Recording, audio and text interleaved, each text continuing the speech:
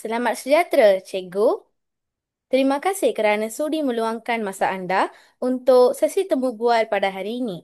Uh, bagi pengetahuan Cikgu, temu bual hari ini bertujuan untuk mendapatkan pandangan Cikgu berkenaan isu penyalahgunaan bahan terlarang iaitu vape dalam kalangan generasi akan datang.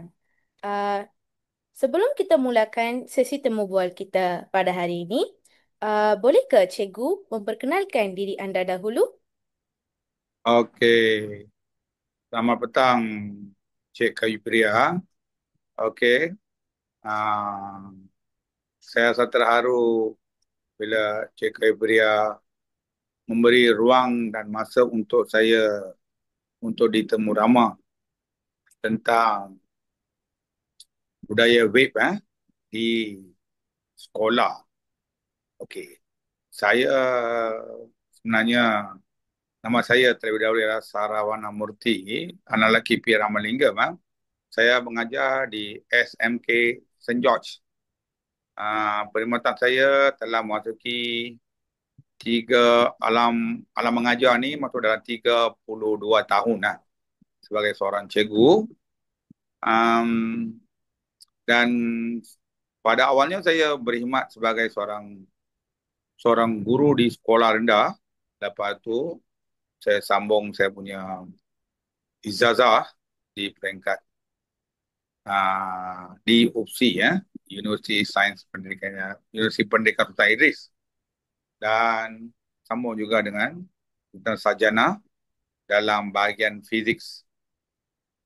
Saya sangat sebagai seorang guru memang sangat bimbang lah tentang budaya vape ni yang semakin menular dan semakin berkembang, terutamanya di kalangan murid-murid di sekolah menengah.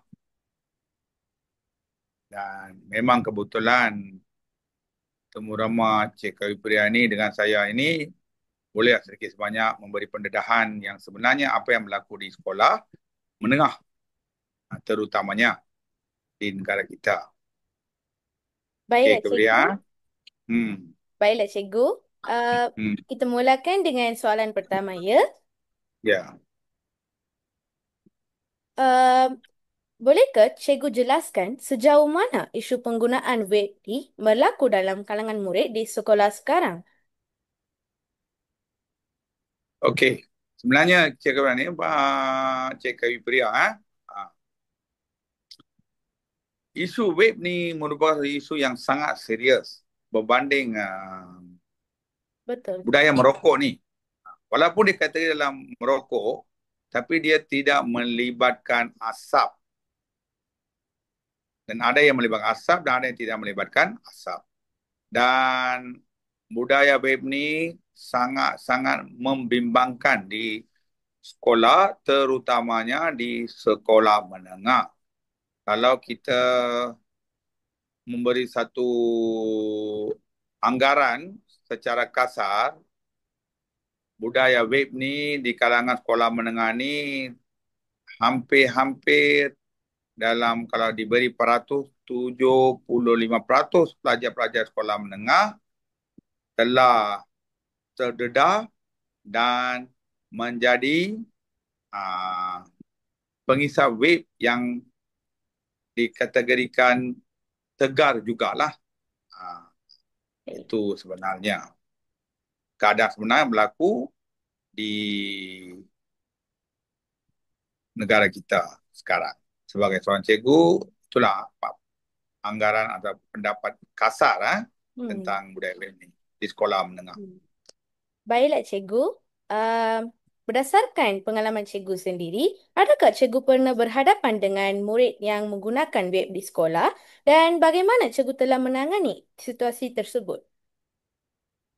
Okey, sedikit sebanyak pengalaman saya untuk pengetahuan Cik Kayu Pria, budaya vape ni bukan setakat berlaku di sekolah menengah, tapi ia telah memang sudah ada di sekolah rendah. Sebab kemudahan untuk mendapat bekalan vape ni sangat mudah. Dijual di merata tempat. Dan murid-murid yang belasan tahun mudah memperolehi bekalan web ini. Untuk pengalaman saya mengajar di murid-murid tingkatan 5 dan pelajar-pelajar tingkatan 6. Dan pengalaman menghadapi web ini memanglah satu pengalaman yang dianggap degil lah. Maksudnya pelajar walaupun telah diberi nasihat dan juga bahaya-bahaya tentang web ini, tapi peratus murid-murid atau pelajar yang berhenti daripada mengamalkan budaya web ni atau mengisap web ni adalah peratus yang sangat rendah. Ha, saya saya sebagai seorang guru, walaupun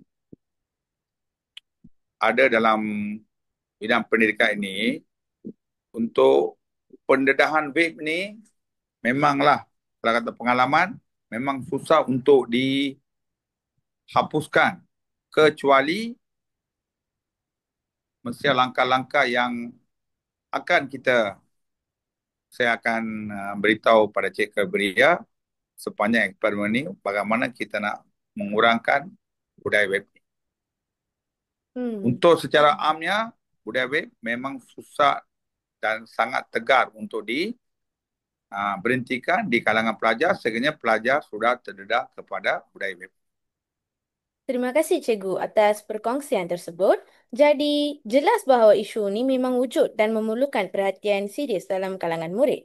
Um, Pada pandangan Cikgu, apakah faktor utama yang mendorong murid-murid tersebut untuk mencuba ataupun menggunakan web? Okey, mengikut seorang guru sebagai saya seorang guru bila menemu ramah murid-murid Hmm.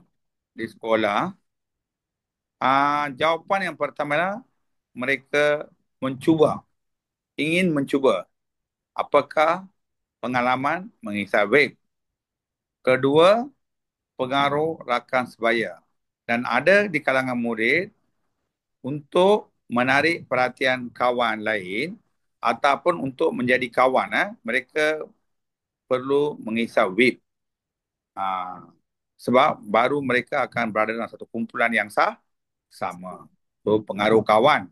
Betul, Satu, berani mencuba. betul. Mencuba sebab untuk mendapatkan pengalaman yang baru, apa itu web. Hmm. Selepas mencuba dan murid-murid ini menjadi pengisap tegar web.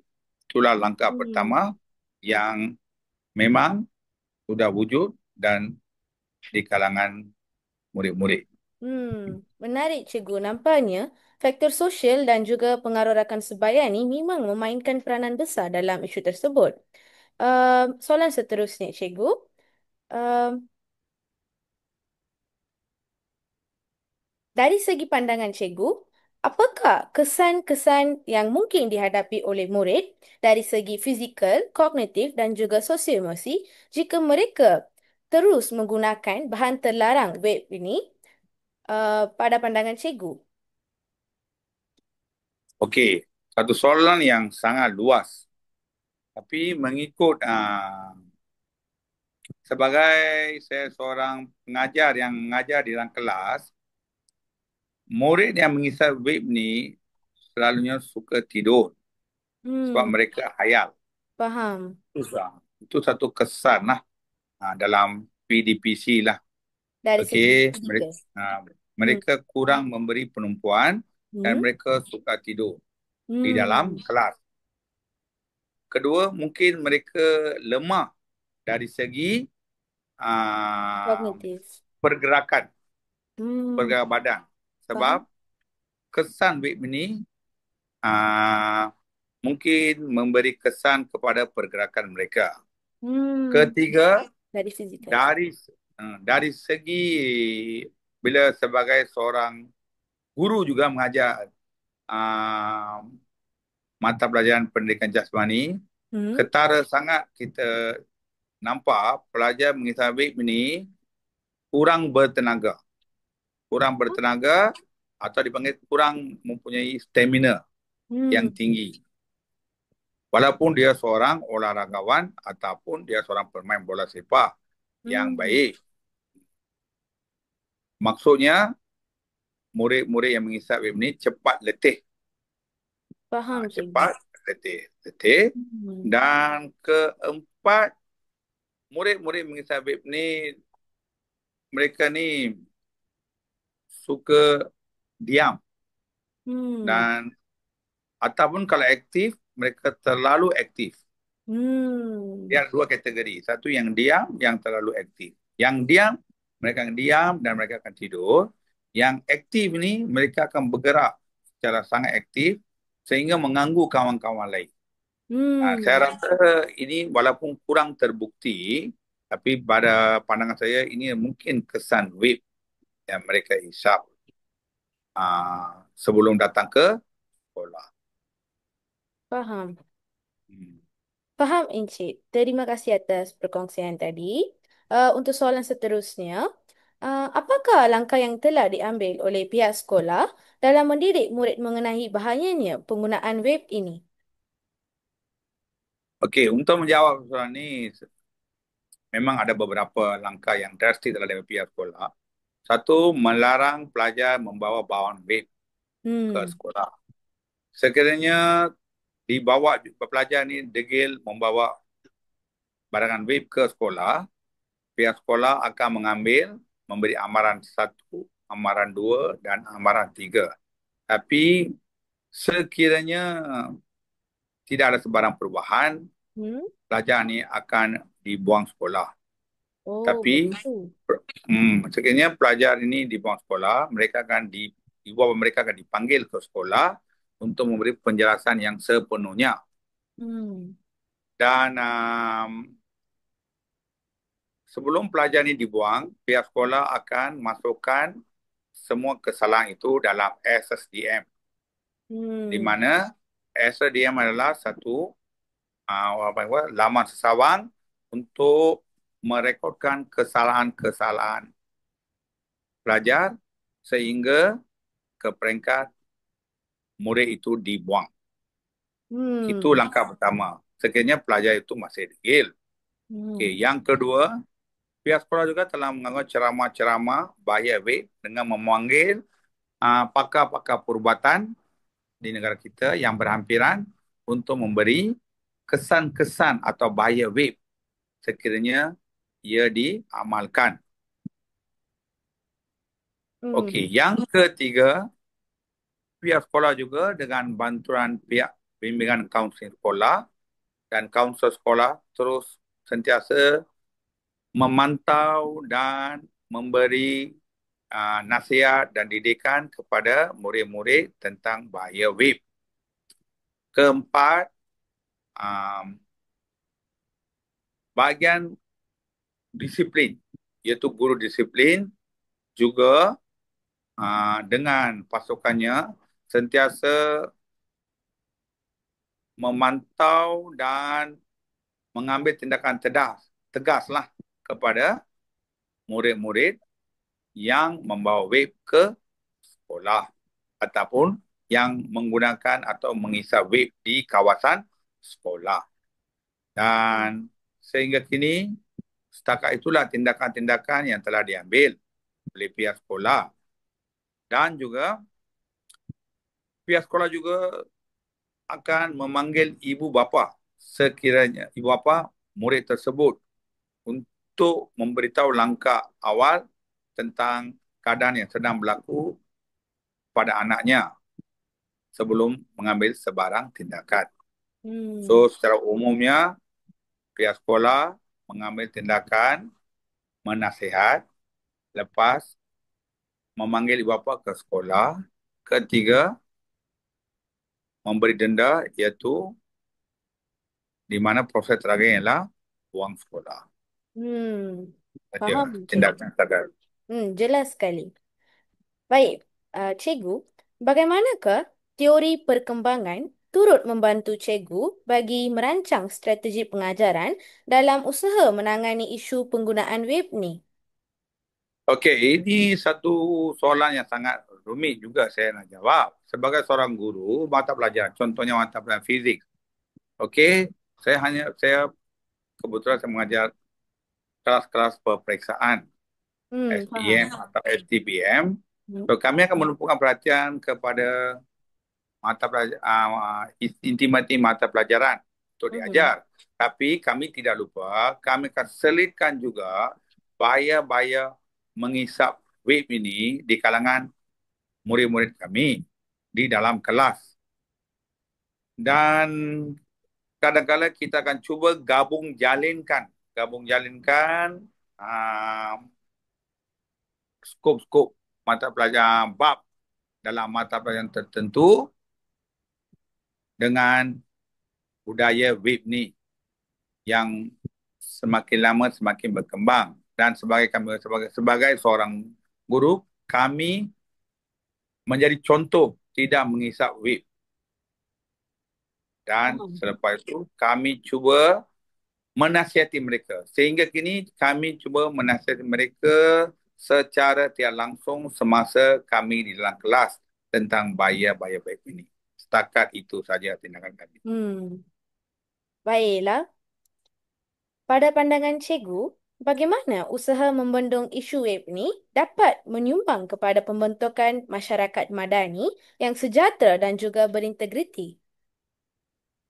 Okey, satu soalan yang sangat cukup luas, tapi secara ringkasnya,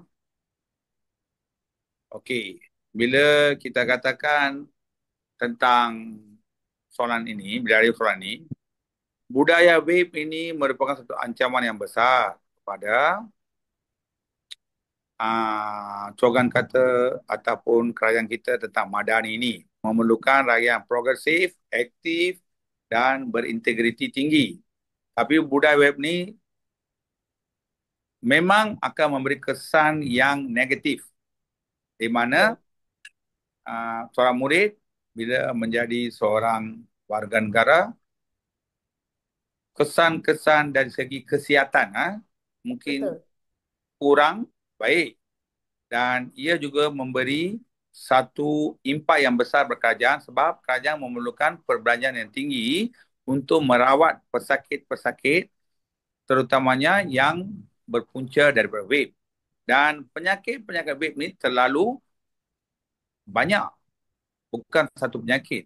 Ia melibatkan paru, ia melibatkan hati, ia melibatkan jantung, ia melibatkan buah pinggang, ia Betul. melibatkan saudara. So, kesan utama yang kerajaan hadapi, kesan kerajaan madani akan hadapi ialah dengan warga negara yang tegak dengan vape, memerlukan satu perbelanjaan yang besar, masa yang panjang dan juga memerlukan pakar-pakar yang ramai untuk menyelesaikan atau mengurangkan penyakit yang berpunca daripada vape. Dan ia merupakan satu pembaziran Betul. negara. Betul, cikgu. Sebab wang rakyat dibazirkan pada satu perkara yang untuk mencegah penyakit-penyakit pada vape, budaya vape ni, tapi akhirnya kurang dapat dicapai sebab masyarakat yang mempunyai budaya vape ni dia masih mengisap vape dan tidak mendengar nasihat-nasihat yang Hmm. diberikan kepadanya. Betul, cikgu. Saya setuju dengan cikgu. Untuk soalan seterusnya, apakah cadangan cikgu terhadap langkah penambahbaikan yang boleh dilaksanakan oleh Kementerian Pendidikan Malaysia iaitu KPM dalam menangani isu web di sekolah? Okey, ini secara jujurnya kerajaan Malaysia atau Kementerian Pendidikan. Kerajaan Kementerian Pendidikan dengan kerjasama Kerajaan Malaysia Madani ini perlu mengharamkan pusat-pusat jualan vape dan juga kalau boleh murid-murid atau bawah tidak boleh mendapat bekalan vape dengan mudah. Betul. dengan mudah. Itulah salah satu langkah awal yang boleh diambil. Hmm. Kesimpulannya, vape ini merupakan satu budaya yang dilarang, dipandang sama tinggi dengan dadah. Hmm. So, memang orang kata dadah itu najis dan kita boleh juga perlu mendekati pendekatan vape itu najis Hmm. supaya melarang terus penjualan vape di negara kita.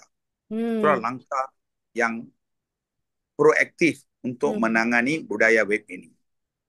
Betul kata cikgu. Cadangan cikgu sangat bernas dan pendekatan menyeluruh seperti itu pasti memberikan impak lebih besar jika dilaksanakan secara berterusan. Sebagai soalan penutup, saya ingin mendapatkan pandangan cikgu secara menyeluruh tentang isu penggunaan web ni dalam kalangan generasi akan datang.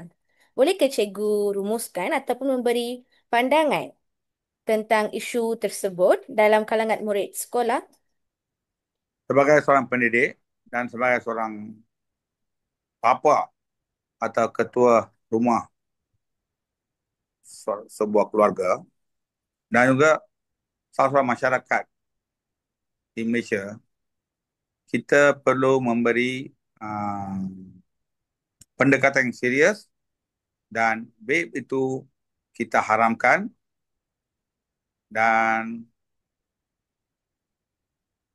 jika langkah itu diambil oleh kerajaan, vape itu diharamkan secara mandatorinya di kalau penggunaannya di dalam atau penjualannya di negara kita, ia sedikit sebanyak memberi harapan positif Hmm. budaya vape ini dapat dikurangkan untuk generasi yang akan datang.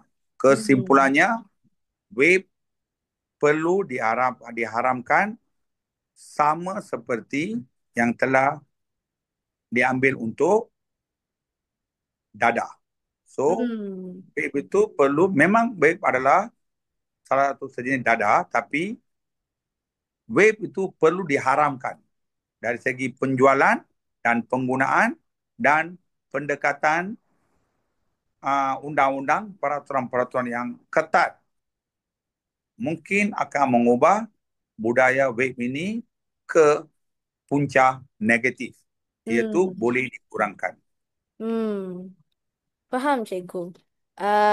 Terima kasih, cikgu, atas pandangan dan juga perkongsian yang sangat bermakna sepanjang sesi ini. Diharapkan hasil temu bual ni dapat memberikan gambaran yang lebih jelas tentang isu penggunaan web dalam kalangan murid serta langkah-langkah yang boleh diambil untuk membendungnya.